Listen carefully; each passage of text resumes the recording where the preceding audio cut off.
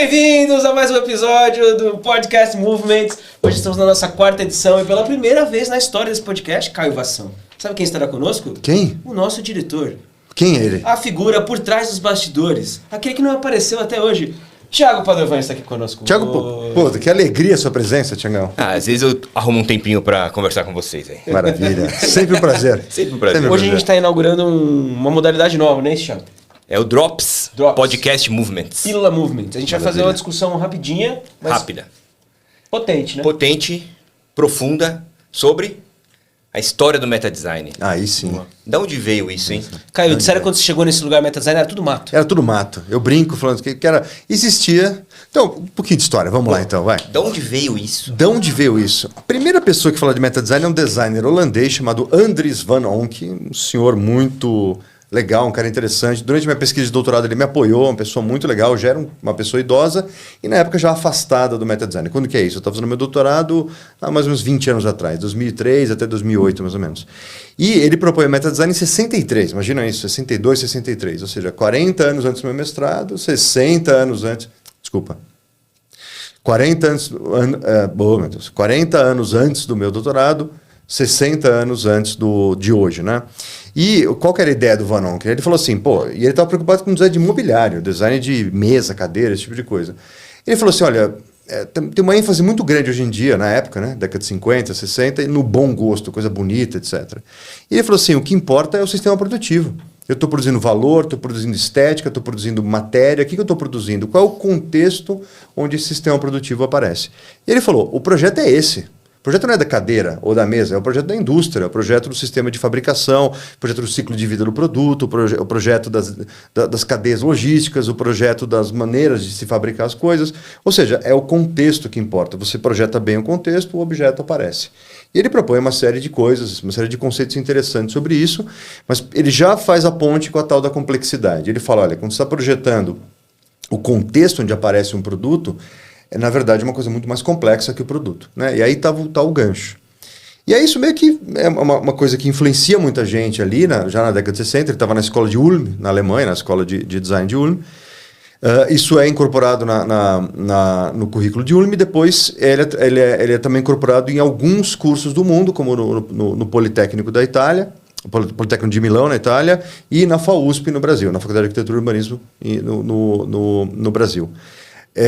E muito do metadesign acabou entrando aí na cultura de design, como a gente fala, né? Essa ideia de pensar o contexto, pensar a cadeia produtiva, pensar o ciclo de vida do produto. Mas aí, na década de 70, aparecem ali dois biólogos, né, o Maturana e o Varela, começando a falar de complexidade, formação de seres vivos e como que o ser vivo forma o próprio corpo, como é que ele está sempre em acoplamento com o seu ambiente, o próprio corpo é um sistema de acoplamento muito influenciado pela cibernética. E eles começam a falar de uma coisa chamada autopoiesis, que é a capacidade do ser vivo criar a si mesmo, se autopoietizar, se autocriar. E eles falam que tem ali também uma capacidade adicional, isso que é o metadesign, que é a capacidade de você intencionalmente, conscientemente, construir o contexto da sua própria vida, né? Eles começam a descrever dessa maneira, mas não aprofundou muito isso. Mas eles já usam o termo metadesign? Metadesign. Tem o texto do Maturana, metadesign. Metadesign, ele declara... Interessante que ele era biólogo, né? Biólogo. Muito interessante como o tema se estendeu por várias áreas, né? Porque a palavra é muito forte, né? E aí, na mesma época, um pouquinho depois, década de 70, finalzinho da década de 70, tem um livro de um arquiteto que depois se converteu à filosofia, que é o Paul Virilio. E o livro é A Arte do Motor. Ele fala dessas transformações sociais que a gente está vivendo, sociais e culturais, econômicas, impulsionadas pela tecnologia, né? Então ele fala das múltiplas relações, né? Então, tanto o motor até a tecnologia digital. E ele, de repente, num trechinho curtinho do livro, ele fala lá do metadesign como o projeto ilegítimo do cotidiano. Ou seja, a gente nasce num mundo que a gente não projetou, é óbvio, né? A gente nasce na sociedade brasileira hoje, mas a gente não projetou a sociedade brasileira. Foram nossos pais, avós, e antepassados e o conjunto social como um todo. E por que é ilegítimo? Porque eu sou obrigado a viver de um jeito que eu não escolhi. Né? E isso é uma coisa que a gente está condenado a viver, ou seja, é uma conotação negativa do metadesign. Né? Quer dizer, a sociedade projeta a si mesmo e depois condena os seus descendentes a viver daquele jeito. Ou seja, a visão trágica do metadesign, né? Ou seja, tem uma visão da indústria, né, lá com o Van Onck, uma visão na biologia com o Maturana e Varela, agora uma visão trágica do metadesign e política, uma visão política do metadesign com o Paul Virilio. Aí na década de 80 e 90 pinta uma teórica da arte e do próprio design, que chama Elisa Giacardi, apesar do nome ela é americana, nome italiano, mas ela é americana, em que ela fala do metadesign como a auto-organização de coletivos criativos, tanto na arte quanto no design, quanto na própria indústria, a arte no sentido amplo da palavra, tanto na música quanto na arte, mas o foco dela, e outras artes, mas o foco dela era muito a arte e tecnologia, a relação entre o mundo da tecnologia digital e a expressão artística que estava começando a se manifestar muito naquela época, né? E hoje em dia é um setor da arte. Enfim, essas várias conotações, ou seja, mais uma conotação diferente. Enquanto isso, lá no Politécnico de Milão, eles mantiveram viva a visão do Van Onck lá atrás. E acabou um pouco se concentrando demais no processo de pesquisa, me parece demais, no processo de pesquisa, como se fosse um design abstrato, um design do processo de pesquisa de design, que também é meta-design, mas é muito restritivo comparado com essa amplidão toda que a gente viu desses caras aí. Quando ele chega no Brasil, a primeira tradução é do Greenover, né? É do Greenover, 63. E vem ancorado nessa visão da Politécnica de Milão. Antes, vem do Van Onck direto. A Politécnica de Milão, ela ganha força a partir da década de 80. E até hoje em dia é parte do currículo lá deles. Tanto que quem vem da Politécnica de Milão nem entende para que serve metadesign. Porque é o que acabou virando metadesign lá, é uma versão bem enfraquecida do que poderia ter sido. Aí no meu doutorado eu encontro esse monte de coisa, né, esse monte de pontos de vista diferentes e falo, peraí, mas o próprio conceito da palavra meta-design, tudo que está no meta, toda a história filosófica da palavra meta e a história etimológica da palavra meta é riquíssima. E parcialmente está nessas visões, mas não totalmente. E estava particularmente uma visão específica, que era a metafísica do Aristóteles, que era a ideia de que coisas mais abstratas controlam coisas mais concretas. É uma visão política, inclusive, filosófica, problemática, hoje em dia vista de maneira muito crítica, né? Inclusive o outro holandês aí, que é o mais brasileiro, que é o Fred Van Amstel, que é um teórico do design brasileiro, de origem holandesa. Ele critica o metadesign porque ele é muito abstrato, ele propõe um infradesign, né? Aí eu falei para ele, olha, Fred, eu conheço o Fred, né, um grande amigo, essa é a visão, especialmente do Politécnico de Milão, que esse metadesign é como algo mais abstrato, então o abstrato manda no concreto, é uma visão. A visão que eu propus, e aí foi justamente investigando o meta no sentido, não só no sentido filosófico, mas no sentido etimológico, o meta tem a ver com movimento. Né? Inclusive tem a ver conosco aqui, pensar movimentos, pensar processos, pensar coisas que se transformam e, portanto, inacabadas e, portanto, não mais abstratas. Podem ser mais concretas do que aquilo que a gente chama de matéria, pode ser os próprios modos de vida. Né? E o design no sentido de projeto, a palavra ampla, projeto. Né? E aí o que eu fiz, eu brinco que aqui quando eu cheguei era tudo mato, e um pouco era, porque conceitualmente era muito interessante esse campo de discussão, mas do ponto de vista pragmático pouca coisa acontecia. Ou seja, gente dizendo que aplicava metadesign era raríssimo, se é que existia. Para complicar, tem uma empresa de design alemã chamada Metadesign que não trabalha com metadesign. Ou seja, que só para gerar confusão aí nessa história. Enfim, qual foi a minha proposta? Né? A ideia era provocar as pessoas a ponderar o que é esse contexto mais amplo onde as coisas acontecem. Então, o contexto mais amplo pode ser um contexto político, um contexto jurídico, um contexto legal, pode ser um contexto cultural, pode ser um modo de pensar a criatividade, mas é você perceber que quando você está produzindo algo manualmente, por exemplo, ou então programando o computador, escrevendo um texto, ou pintando um quadro, ou desenhando um navio, ou por aí que vai, projetando um navio, você está num contexto, e esse contexto determina muito do que você é capaz ou não de fazer. Portanto, se você quer liberdade, você tem que pensar no contexto. Não adianta focar de maneira pseudo-pragmática no que você está fazendo imediatamente. Você tem que abrir um pouco sua visão para ser verdadeiramente pragmático, para mudar as condições onde você está atuando, se é que você quer liberdade para atuar de uma maneira mais interessante. E nessa provocação tem várias vertentes. Tem a vertente do metadesign que tem a ver com justamente programar sistemas. Tem muita gente que chama, hoje em dia, metadesign, o que alguns chamam de design gerativo, que é você programar computadores para eles gerarem formas, gerarem coisas. O próprio AI, a própria inteligência artificial, poderia ser vista como uma técnica de metadesign. E tem no extremo oposto a galera que fala, peraí, mas onde a gente está sempre? Como seres humanos, onde a gente sempre está? A gente está sempre num contexto social, sempre. A gente está na família, a gente está na escola, a gente está na empresa, a gente está no governo, a gente está em algum contexto social. E quem é que projeta esse contexto social? A gente volta lá para o Virilio, mas um pouco passando a mão. Pô, Virilio, não seria tão trágico. Dá para ser mais positivo. Calma. Passou. Dá para ser mais otimista, né? Talvez um pouco poliana, mas não. Acho que é um otimismo realista, assim, que dá para transformar o contexto sociopolítico. E basicamente, como a gente considera, que é um pouco o pacto entre nós três aqui do Movements, entender o metadesign como o desenho desse contexto sociocultural, sociopolítico que a gente faz por meio da colaboração. Então não é que a gente vem dizendo o que tem que ser, né? Então quando o movement está envolvido no projeto, ele não chega dizendo, vai ser assim, acabou. No primeiro contato que a gente tem com um cliente ou com um colaborador, já é colaboração. A gente já está co-criando junto, já está ponderando junto o que pode ser feito naquele contexto social para criar condições mais interessantes de trabalho. Na aplicação do meta design, então, quer dizer, não tem o meta designer. Não tem. Existe isso. Aí se for, é todo mundo. É todo mundo. Qualquer pessoa, consciente ou inconsciente. Porque toda vez que você está numa organização e você está tentando fazer alguma coisa, não está rolando, provavelmente o contexto não está deixando. E na hora que você começa a questionar esse contexto, você já assumiu uma postura de meta designer. Então a gente não precisa nem dizer que o cara é meta designer, é só... inclusive, no último podcast, o Davi puxou uma questão para a Ana Killer, que estava discutindo educação, e você falou justamente sobre isso. Que o meta design pode ser visto como uma coleção de habilidades e que são genéricas, são gerais, né? Que qualquer pessoa se apropriando delas pode olhar para esse contexto com mais propriedade, mais potência, mais capacidade de transformação. Né? E é muito sobre configurar um ambiente também, né? Perfeito. Pode ser um ambiente social, pode ser um ambiente tecnológico, né? O cara está falando de AI. No meu background também posso falar muito sobre blockchain, por exemplo. É um baita projeto de meta design, assim, né? Você coloca uma nova infraestrutura tecnológica para as pessoas construírem coisas em cima, assim, né?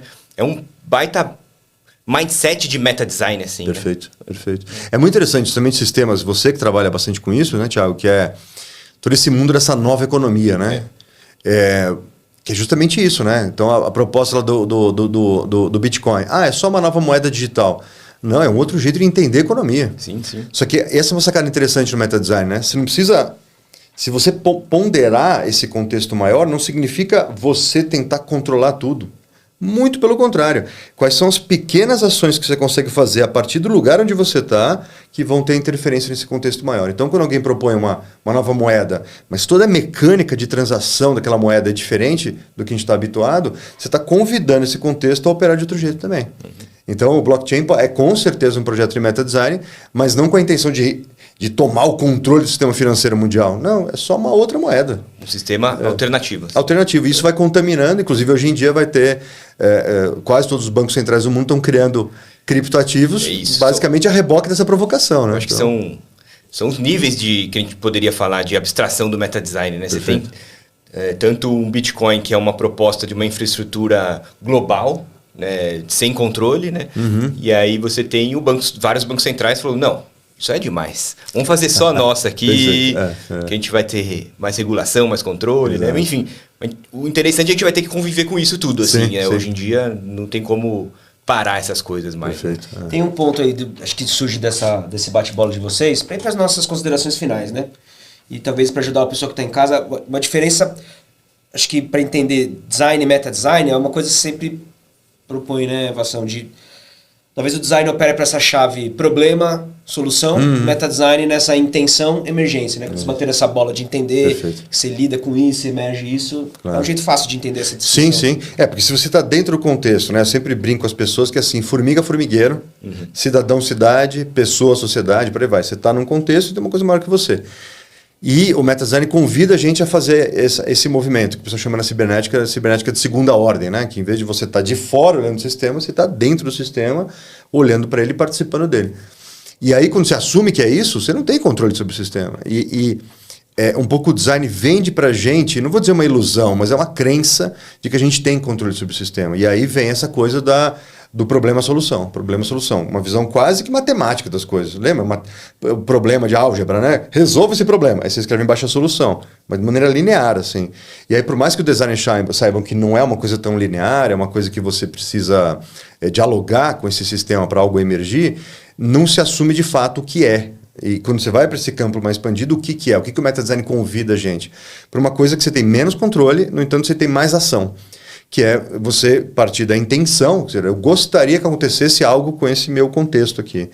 E aí você faz uma intervenção e vê o que emerge. E vê o que, a partir daquela intervenção, outras coisas vão acontecendo e você fica observando. E você aprende com esse processo. Não é que você imaginava um troço e acontece exatamente aquilo. Acontece alguma coisa. Longe ou perto daquilo que você imaginou, mas sempre novo, sempre diferente do que você imaginava. E a partir daquilo do que de fato emerge, você pensa a próxima interação, a próxima coisa que você pode fazer. E esse jogo, né, de diálogo com o ecossistema é que está a grande atividade do metadesign. Não é fazer uma ação assertiva de uma vez só, pá, numa tacada resolve tudo, que é um pouco a visão do demiurgo, né? Aquela visão de quem controla as coisas. E sim uma visão do jardineiro, um cara que participa do processo. Ele planta um troço e vê o que acontece. Não deu certo, bota um pouco de adubo ali. Vamos fazer uma outra coisa. E por incrível que pareça, o seu alcance, pensando assim, é muito maior do que no delírio de grandiosidade, que eu vou controlar tudo, vou determinar o que vai acontecer. Né? A gente brinca que ter um objetivo, corre o risco de você se você atingir só o objetivo. Só né? o objetivo. Se você perde um pouco do controle, sim. eu acho que as possibilidades até aumentam muito, fica muito mais potente o projeto. Assim. E você deixar as coisas um pouco em aberto, né? Você não ter... Você tem uma intenção, claro, e você gostaria de chegar nela. Mas se você não chegar exatamente nela, pode ser muito melhor. Pode ser muito melhor. Muito melhor, né? Exato. Então, daquele ditado chinês que eu adoro, que é cuidado com o que você deseja que você pode conseguir. Isso é bem verdade para quem trabalha com design. O metadesign fala assim, olha, eu desejo várias coisas e eu vou tentar encaminhar algumas delas, ver o que acontece. E ali você pode aprender até a abandonar alguns desejos. Falar, eu queria aquilo, mas agora eu estou percebendo que não é bem aquilo. É uma outra coisa que eu quero. Você evolui, então, também enquanto indivíduo, enquanto visão de mundo, e nessa evolução, você vai, nessa transformação, você começa até a almejar coisas diferentes. Isso é muito mais rico, né? Ou seja, você sai daquela posição de que eu sei o que tem que acontecer para... Eu gostaria que acontecessem algumas coisas porque eu acho que isso são valores interessantes. E aí, nessa interação, você vai percebendo que outras coisas podem acontecer que tem muito mais a ver com aquele valor que você queria do que o que você mesmo tinha imaginado. E aí, nessa hora, você dá saltos, né? Isso que o metadesign também promove, né? Que muitas vezes o design te coloca numa trilha de sofrimento e ardor, assim, que você fica trabalhando para chegar numa coisa que tem que ser daquele jeito. E o metadesign te convida a transformações, saltos, desvios, transformações de rota que te dão coisas muito mais rápido e de maneira muito mais leve, tranquila. Te quebra mais divertido. Pô, no mínimo mais divertido. Boa. Bom, esse foi o nosso primeiro Drops, né? Da origem do metadesign. Eu, como historiador, não posso chamar isso de história do metadesign. Rapaz, olha. Mas fica A história oral do metadesign. Não, que é isso? Mas eu queria terminar com um jabazinho. Pode jabazinho? Pô, jabazinho. deve. Então, ó, se você gostou de começar a conhecer esse universo, a gente vai fazer um curso sobre inovação e facilitação pela abordagem do metadesign. Vai ser dia 7, 8 e 9 de junho, não é isso? Junho, sexta-noite, sábado o dia inteiro e domingo o dia Crash inteiro. course. Crash course. Direto ao ponto. Super interativo. Ferramentas, uma imersão. cases, Imersão, comunidade, vai sair todo mundo desenvolvendo o projeto junto. Então, para quem é liderança, né? Liderança. Desenvolver uma liderança facilitadora. Designers, arquitetos, pessoal de tecnologia, pessoal de inovação. Enfim, todo mundo trabalha com facilitação também, uma coisa que a gente aborda bastante, né? Vai ser presencial em São Paulo. São Paulo. Lá perto da região da Paulista. Siga-nos nas redes sociais, no nosso site. Todos os LinkedIn, links que nas a gente nossas tem mídias informações ali, não é isso? É isso aí. Muito bom. Maravilha. Valeu, Caião. Valeu, Bora? Davi. Obrigado, Sempre um Thiago, prazer Davi. inenarrável, viu? Thiago, Caivação, muito obrigado, viu? Por estar aqui. Coisa boa. Até a próxima. Valeu. Let's bora.